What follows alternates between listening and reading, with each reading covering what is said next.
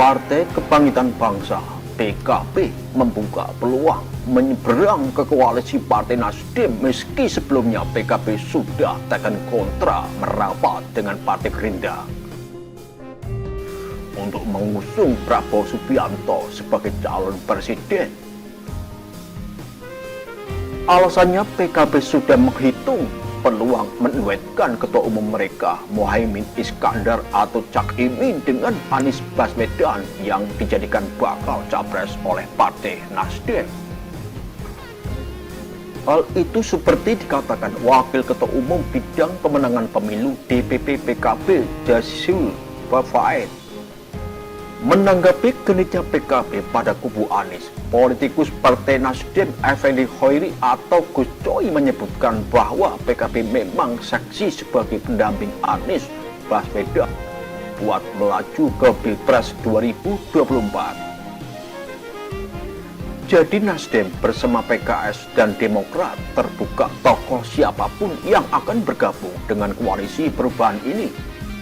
Kita sambut dengan karpet merah, kita terbuka. Nah, terkait dengan keinginan Jasul bahwa PKB punya pikiran untuk bergabung dengan Nasdem, saya kira kita senang banget, semua yang gabung senang.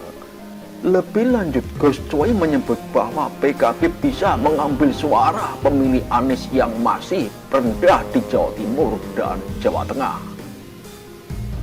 Kendati demikian, Gus Coy menyebutkan jika Cak Imin ingin menjadi wakil presiden maka perlu berbincang dulu lebih dalam dengan koalisi perubahan. Dia menyebutkan bahwa Cak Imin juga perlu bersikap realistis.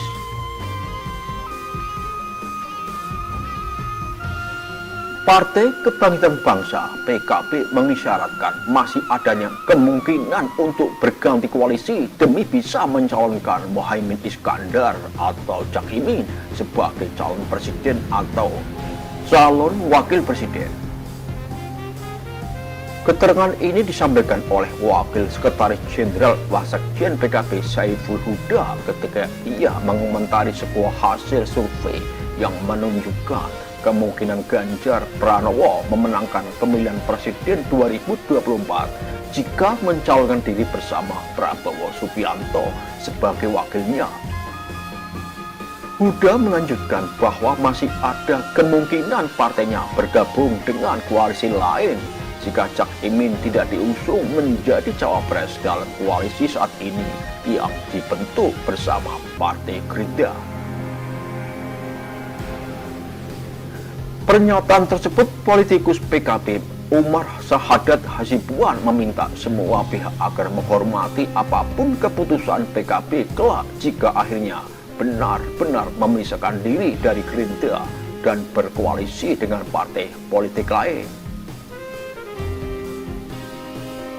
Sebelumnya Partai Gerindra dan PKB sudah lebih dulu berkoalisi guna Pilpres 2024. Sebelumnya, Partai Gerindra dan PKB sudah lebih dahulu berkoalisi guna Pilpres 2024. Koalisi ini dilakukan agar Prabowo Subianto pun mendapatkan basis massa PKB yang juga diidentik dengan Nahdlatul Ulama atau NU. Kedatangan ini apakah memastikan sudah tidak membutuhkan Cak Imin lagi sebagai capres atau cawapres? Yang bikin heboh, Prabowo Subianto melakukan sowan dengan sejumlah ulama dan kiai asal Jawa Timur pada pertemuan tertutup.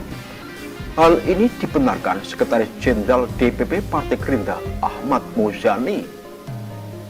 Dia membeberkan adanya pertemuan tertutup antara Prabowo Subianto dengan sejumlah ulama dan kiai asal Jawa Timur pada Senin kemarin.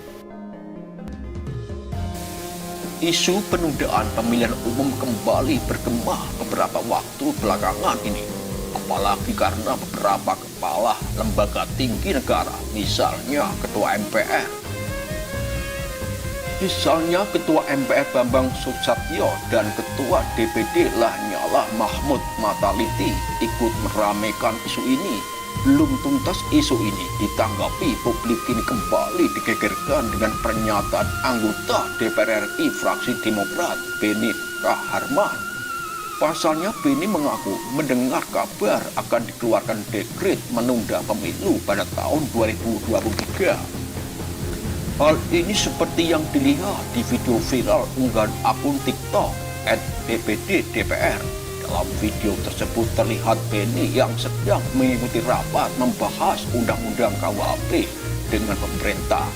Beni menyebut Undang-Undang KUHP disahkan tahun 2022 untuk mendukung pelaksanaan dekret penundaan pemilu yang akan dikeluarkan tahun depan. Ada yang mengatakan ini KUHP cepat-cepat disahkan, sebab tahun depan ini akan ada dekret perpanjangan penundaan pemilu, tutur Beni. Dan yang protes-protes itu akan ditangkap semuanya. Beni lalu mengaku sempat berdiskusi dengan sama anggota DPR Syarifuddin Suding. Tidak usah tunggu tahun depan lah, kalau mau tangkap kita siap ditangkap. Sebelumnya Ketua MPR Bambang Susatyo meminta agar pelaksanaan pemilu 2024 dikaji ulang. Bamsud meminta publik mempertimbangkan kestabilan Indonesia yang sedang berusaha bangkit pasca pandemi COVID-19. Tentu kita juga pasti menghitung kembali karena kita tahu bahwa penyelenggaraan pemilu selalu berpotensi memanaskan suhu politik nasional, baik menjelang, selama, hingga pasca penyelenggaraan pemilu. Ini juga harus dihitung betul apakah momentumnya tepat. Terang Bamsud dirilis survei Poltreking Indonesia. Sementara itu, Ketua DPD Lanyala Mahmud Mataliti mengaku tidak mengusulkan Jokowi menjabat 3 periode. Pihaknya hanya mengusulkan supaya masa jabatan Jokowi ditambah selama proses adendum Undang-Undang Dasar 45 berlangsung. Saya dulu ngomong bahwa tidak ada 3 periode, dan sampai sekarang pun saya tidak pernah ngomong ada 3 periode. Kapan saya ngomong? Anda saja yang asal ngomong, ucap Lanyala. Sambil menunggu adendum, kita minta Pak Jokowi diperpanjang dulu 2-3 tahun untuk mengawal adendum selesai. Kalau adendum selesai dalam 1 tahun, kenapa tidak? Kan kita bicara yang paling jelek.